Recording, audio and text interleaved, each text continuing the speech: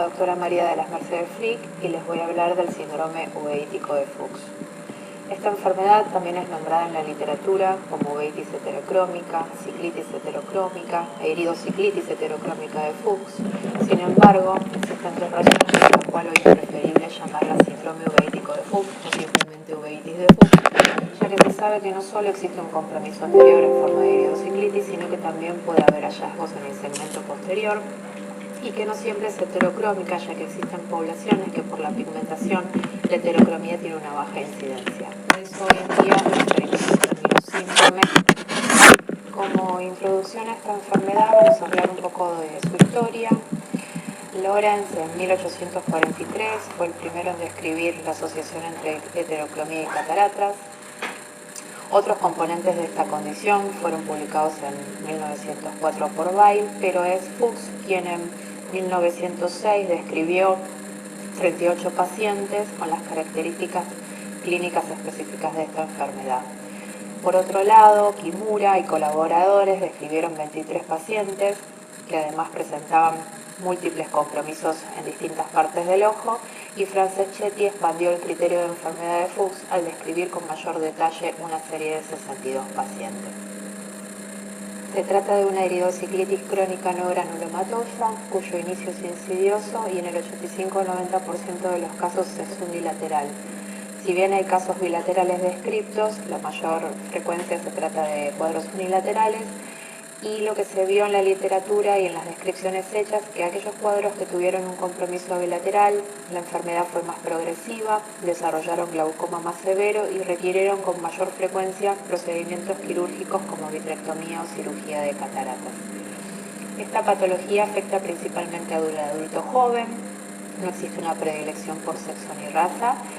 y su prevalencia es variable según las distintas series de casos descritas, y se cree que podría ser incluso mayor que la documentada debido a que la heterocromía puede estar ausente o puede ser muy sutil, por lo tanto difícil de detectar, especialmente en aquellos pacientes que tienen iris de color oscuro. Por lo tanto, se cree que puede existir un subdiagnóstico de la misma que hace que muchas veces tengamos diagnósticos erróneos de la enfermedad, lo cual lleva a estudios innecesarios y tratamientos innecesarios, todo esto potenciando las complicaciones en la enfermedad. Como dijimos, el síndrome de Fuchs es una forma clínica de uveitis crónica de predominio unilateral, que tiene sus características específicas descritas hace ya más de un siglo, y de la cual se sabía poco en ese momento de su etiopatogenia, pero ya desde el año 2004, a partir de investigaciones, se sabe que este síndrome tiene una asociación con el virus de la rubiola y el citomegalovirus. Se han descrito pacientes con Fuchs con PCR positivos para citomegalovirus, y también numerosos estudios confirmaron la fuerte asociación de este síndrome con la rubiola, y en una descripción realizada en Estados Unidos se vio que con la introducción de la vacuna para la rubiola ha disminuido la prevalencia de esta enfermedad. Por otro lado, Rotova teoriza que el síndrome uveítico de Fuchs puede ser una manifestación tardía de la infección congénita de la rubiola, pero que también podría ser causado por una infección postnatal. En relación a la toxoplasmosis, se sugirió una reacción antígena en infecciones pasadas que podría ser la causa del Fuchs,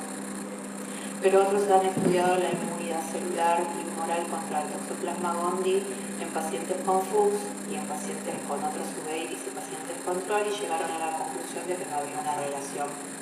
entre el Fuchs y la toxoplasmosis. A su vez, existen reportes de detección del virus de chikungunya en humor acuoso en pacientes también con Fuchs, y se daría esto durante la intensa anemia que se presenta en el periodo febril de esta enfermedad. Así que en conclusión, el síndrome de Fuchs ha dejado de ser una enfermedad idiopática, por tanto es importante conocer las posibles causas, ya que esto tiene impacto a nivel de lo que es la prevención y el manejo de la enfermedad. En cuanto a la forma de presentación de esta enfermedad, lo más común es encontrar pacientes que se quejan de visión borrosa o de disminución de la agudeza visual. Esto muchas veces es relacionado a la cataratas o bien los precipitados retroqueráticos que estos pacientes pueden tener. También pueden manifestar miodes óseas por el compromiso del vitrio. Se puede evidenciar la heterocromía, muchas veces la detección es casual en la consulta programada de consultorio, ya que se trata en general de un cuadro de uveitis fría. Cuando realizamos el examen biomicroscópico, en general la reacción celular en estos pacientes no supera las 2 cruces, a su vez no existe inyección ciliar, por eso hablamos de una uveitis sin ojo rojo, sin dolor, sin fotofobia, una uveitis de tipo fría.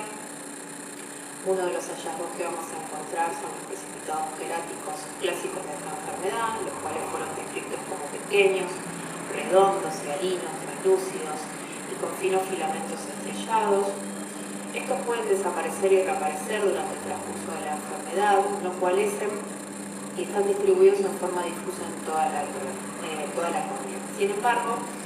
lo que se ha reportado en donde existen casos que difieren con esta clásica descripción. Y otros autores lo que analizaron de una serie larga de casos de pacientes turcos,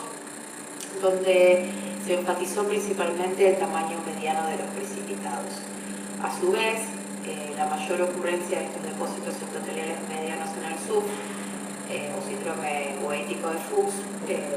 se presenta en aquellos pacientes que tienen PCR positiva para CMV en el humor acuoso. En esta diapositiva vemos en más detalle lo descrito anteriormente en relación a este tamaño mediano de los precipitados, de formas redonditas, estrelladas y hialinos distribuidos en todo el endotelio corneal. En cuanto a los signos iridianos que vamos a encontrar, lo principal es tener en cuenta que existe una atrofia del estroma y del esfínter iridiano, del estroma anterior principalmente, que va a ser en parte determinante de la heterocromía en estos pacientes, pero también puede ser determinante de un tipo de heterocromía que es la heterocromía inversa. Se habla de heterocromía inversa en los pacientes con Fuchs cuando esa atrofia del estroma y del esfínter lo que nos va a permitir ver es el epitelio pigmentado en pacientes que tienen ojos muy oscuros. En ese caso el ojo oscuro será el enfermo, en el caso de la heterocromía convencional el ojo claro será considerado el enfermo.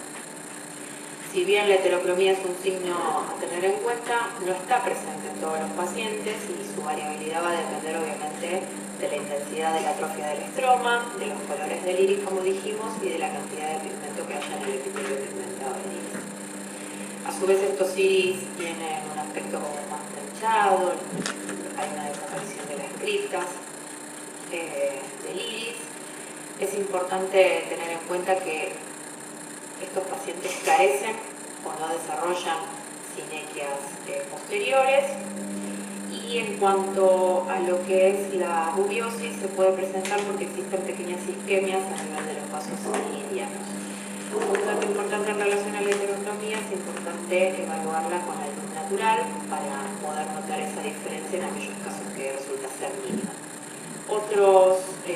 hallazgos que vamos a tener en el iris y que vamos a ir viendo en las siguientes diapositivas son la presencia de nódulos de Keppe y Busacca y los cuerpos de Russell. Acá, como les conté anteriormente, observamos la presencia tanto de nódulos del borde pupilar, llamados nódulos de Keppe, que son los más frecuentes, o bien los nódulos que se encuentran en el estroma iridiano, que son los de Busacca. Y en estos pacientes la presencia de los nódulos se da en un 20-30% de los casos y en general la presencia de nódulos habla de los cuadros crónicos. Como les conté anteriormente, el iris tiene este aspecto como de estar planchado, de estar acolillado, es un iris donde las criptas pueden desaparecer. Otra de las características que presenta el iris en estos pacientes. La atrofia difusa que se presenta en estos pacientes se corresponde con la atrofia del estroma anterior y el esfínter. Una característica diferencial, por ejemplo, con nuestros cuadros es que el Fuchs presenta esta atrofia difusa, mientras que los herpes pueden presentar atrofias focales. Es un dato importante para el diagnóstico diferencial de estos cuadros. A su vez es importante evaluar la presencia de la misma con la retroiluminación, porque si esta no es muy marcada, también a veces se hace difícil de distinguir en el examen de la lámpara de dentífrico. Otro signo iridiano presente, que no es patognomónico de la enfermedad de Fuchs, sin embargo puede estar también en otras uveitis crónicas, es la presencia de estos cuerpos cristalinos hiperrefringentes, que se corresponden con células plasmáticas que están llenas de inmunoglobulinas y se presentan sobre la superficie del iris y se llaman cuerpos de Russell, y rara vez los mismos se pueden encontrar en la superficie de la hialoide posterior y de la retina.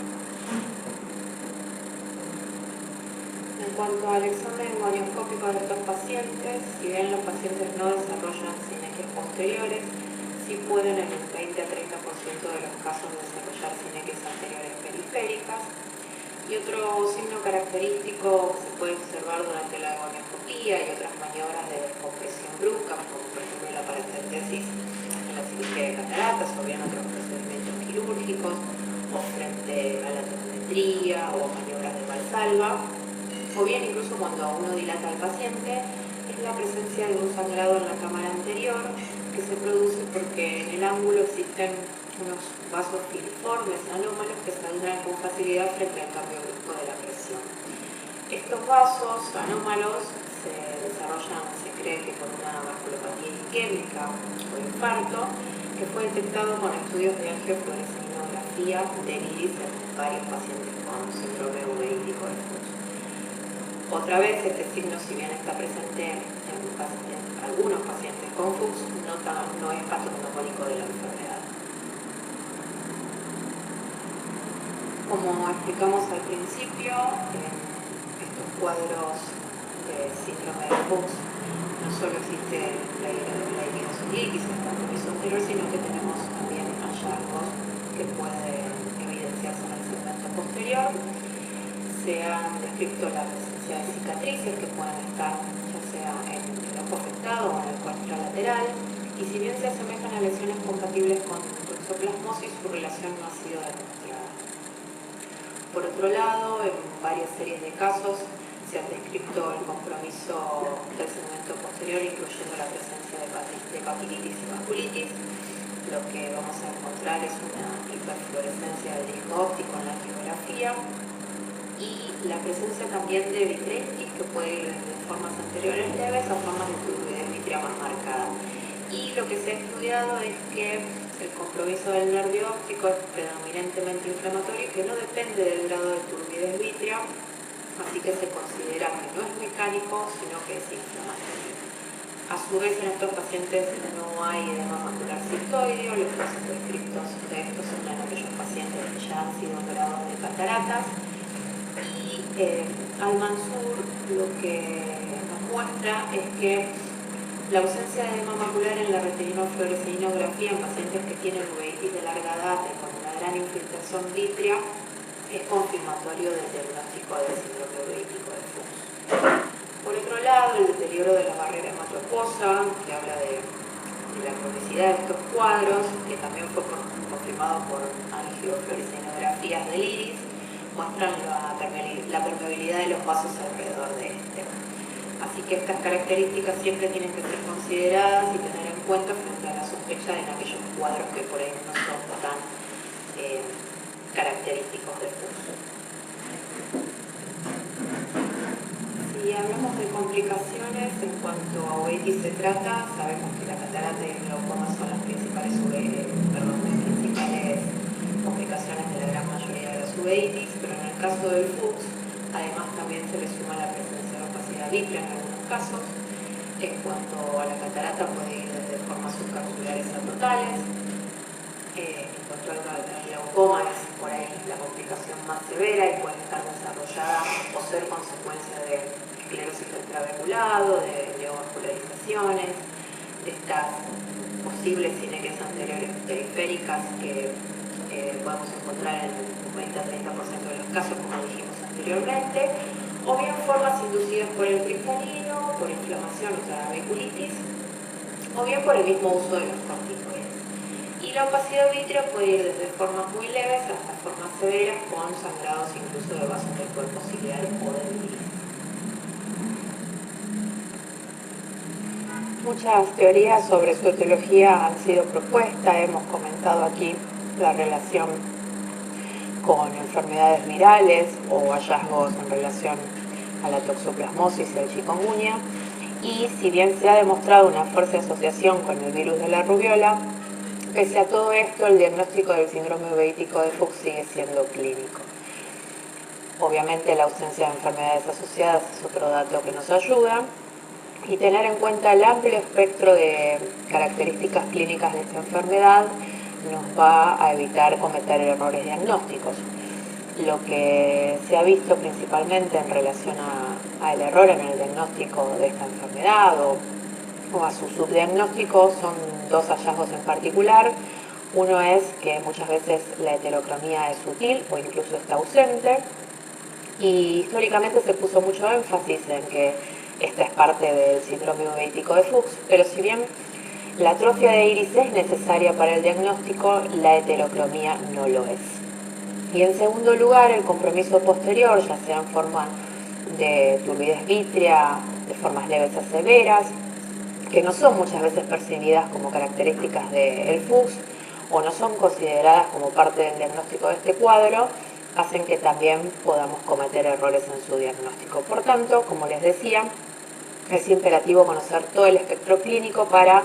evitar demoras y errores en el diagnóstico y así evitar caer en tratamientos innecesarios o inadecuados, que son los que nos traerán mayores complicaciones. En estos pacientes, el bajo grado de reacción inflamatoria en la cámara anterior hace muchas veces que no sea necesario el tratamiento con corticoides tópicos. Incluso algunos pacientes van a tener inflamación y a pesar del uso del corticoide no presentarán una respuesta adecuada, por eso hablamos de que los mismos podrían no ser efectivos, y además nos predisponen al desarrollo de cataratas y glaucoma. Ocasionalmente podemos usar periodos cortos de tiempo de corticoides en aquellos casos que son contados, donde existen muchas veces exacerbaciones de tipo sintomáticas, pero no deben ser utilizados de rutina, así como tampoco los corticoides en forma sistémica o tratamientos inmunomoduladores. Por lo mismo, la baja celularidad en cámara y la ausencia en el desarrollo de sinequias posteriores hace innecesario el uso de midriáticos, por lo cual el tratamiento principal va a ser el de las complicaciones, como la cirugía de cataratas, que tiende a ser una cirugía que es menos complicada que en otras uveitis crónicas, siendo muy segura en estos pacientes, con elección de lentes de acrílico hidrofóbico y evitando los lentes de silicona, la cirugía del glaucoma y la cirugía de las opacidades vítreas. En cuanto al glaucoma, está contraindicado el desarrollo de trabeculoplastia con láser porque favorece o exacerba la inflamación y a su vez puede provocar hemorragias por la neovascularización del ángulo y del iris, incluso favorece el desarrollo de sinequias anteriores periféricas, y en general el glaucoma asociado al Fuchs tiende a ser menos respondedor al tratamiento tópico y a los procedimientos quirúrgicos. Y en cuanto a los procedimientos quirúrgicos, son de elección los dispositivos de drenaje porque tienen mejor respuesta que la trabeculectomía, aunque la tasa de fracaso tiende a ser alta, incluso con el tratamiento quirúrgico. Si estos pacientes desarrollan tanto glaucoma como catarata, es imperativo evitar las cirugías combinadas y en caso de que se pueda, siempre es preferible operar primero la catarata y después el glaucoma. Y en cuanto a la afección del vitrio, esta está reportada en un alto porcentaje de pacientes, en algunos puede ser leves, pero en otros puede llevar a molestias importantes en la visión, pero también a errores diagnósticos. Por lo tanto, la vitrectomía en estos casos puede ser también, aparte del tratamiento, de uso en forma diagnóstica para otras enfermedades o para confirmar si se trata de un paciente con Fuchs. Antes de presentarles dos casos clínicos que van a ilustrar esta clase y que aparte les va a permitir abrir un poco más la cabeza en cuanto al diagnóstico de estos pacientes, les voy a dar la conclusión de lo que corresponde a la parte teórica, donde, resumiendo lo que hablamos en todo este tiempo, se trata de una enfermedad que tiene un subdiagnóstico que es frecuente o bien errores diagnósticos. Según estudios, un alto porcentaje de cuadros fueron confundidos con uveitis intermedia y en menor medida con uveitis posteriores o panuveitis, o bien con otros tipos de uveitis, por ejemplo, aquellas asociadas a herpes, uveitis granulomatosas anteriores y la crisis glaucomatociclítica. Como dijimos, tiene una clínica específica, la ausencia de sinequias posteriores es mandatoria, es una posible manifestación de enfermedades virales y en estos pacientes el sobretratamiento aumenta las complicaciones propias del cuadro, por lo cual es súper importante estar atento a todo el espectro clínico, como nos referimos anteriormente, para poder hacer un diagnóstico correcto. Y en general, haciendo bien las cosas, se trata de una enfermedad de buen pronóstico. Les quiero mostrar este primer caso clínico de una mujer de 29 años con diagnóstico clínico de enfermedad de Fuchs en el ojo izquierdo. Según la evolución en la historia clínica de esta paciente hospitalaria, en general el cuadro durante los últimos 10 años era tratado en forma tópica, no presentaba más de 2 cruces de células por episodio. En general las presiones oculares siempre estaban normales o bajas. En los últimos 7 años se empieza a ver que las pías empiezan a elevarse y la paciente se trata en forma discontinua durante todos esos años, en forma tópica con dorsotimolol. Y digo en forma discontinua ya que la paciente o suspende tratamientos o no concurre a los controles. Cuando yo la empiezo a atender en los últimos 2 años, su agudeza visual mejor corregida actual en ese ojo es de 20/70. Y observen la presencia de heterocromía, siendo su ojo izquierdo el ojo comprometido por la atrofia difusa que tiene del iris. Hace 2 años, cuando yo empiezo el seguimiento de esta paciente, con cada episodio de inflamación, la paciente a la biomicroscopía muestra una celularidad un poco mayor, 3 cruces de células, a la vez de que tiene aumento de las presiones oculares y presenta estos precipitados que son más bien de aspecto en moneda, serios, localizados, de ubicación centro-inferior y están agrupados, pero sus bordes no se unen. No tiene sinequias posteriores y tiene la atrofia del iris, que es la característica en relación a la heterocromía de nuestra paciente.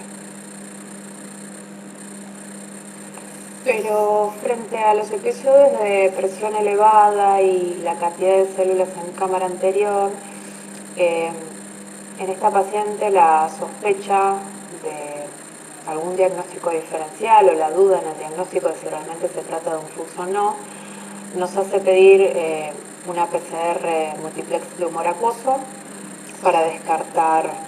herpes, MB, rubiola y toxo. En particular, los precipitados de esta paciente con ese aspecto en moneda nos hacen dudar realmente si son de un Fuchs o otra cosa. Podría tratarse de un CMV. Se podría haber hecho una prueba terapéutica con antivirales, pero son antivirales muy caros, entonces la paciente no tenía acceso a los mismos.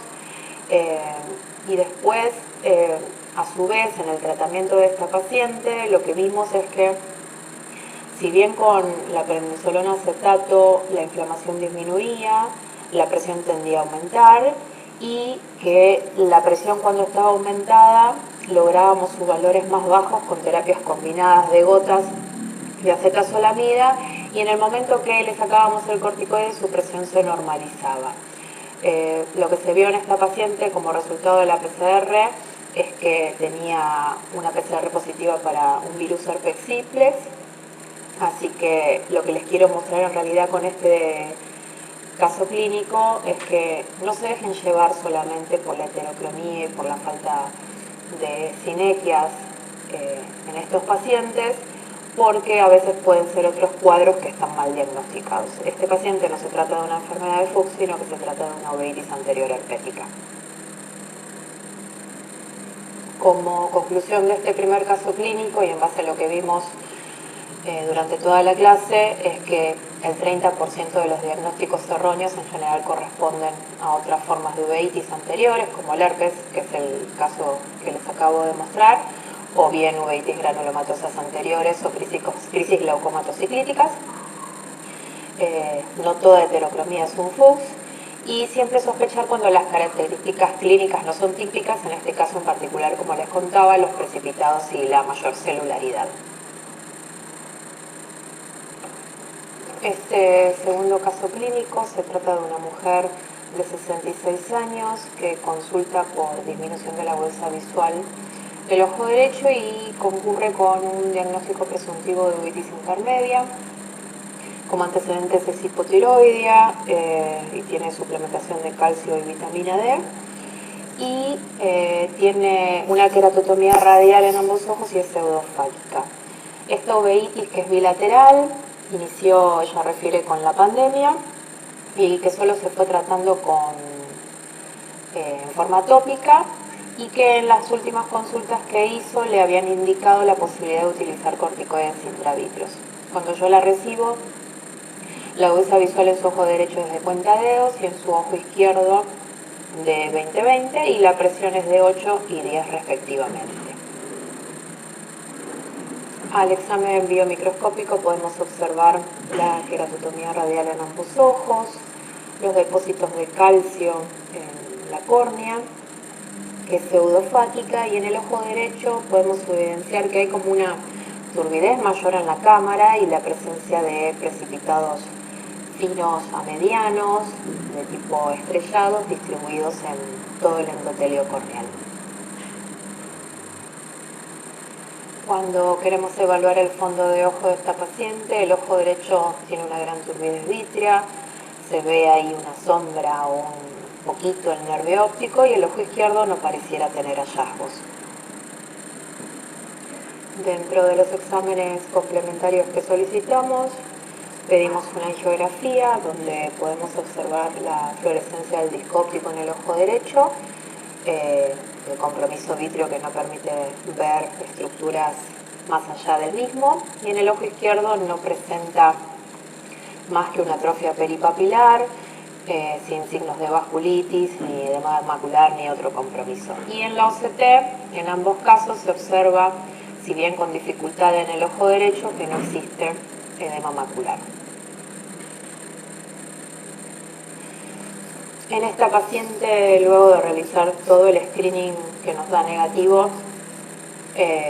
nos planteamos diversos diagnósticos diferenciales, entre ellos por edad del linfoma. A su vez ella venía con un probable diagnóstico de uveitis intermedia, así que la uveitis intermedia de la pars planitis es el segundo diagnóstico diferencial. Recuerden que es pseudofálica, así que la endoftalmitis tardía es otra posibilidad.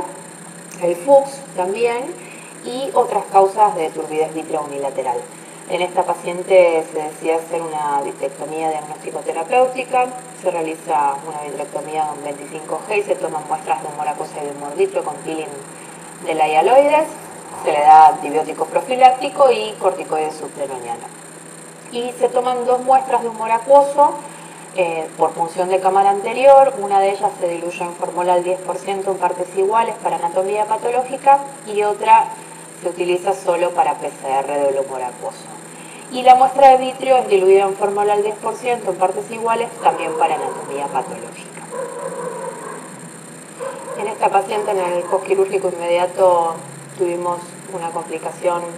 importante, que fue la hipotonía. Su agudeza visual mejor corregida todavía era de cuentadedos, tenía una gran inflamación en la cámara anterior, así que se decide hacer una carga de corticoide tópico y se coloca un midriático. Y mientras tanto recibimos el resultado de la PCR, donde todo da negativo. Fíjense en esta OCT de su ojo derecho, la irregularidad a nivel de la coroides y el desprendimiento del neuroepitelio, que hablan del desprendimiento ciliocoroide postquirúrgico que esta paciente tuvo.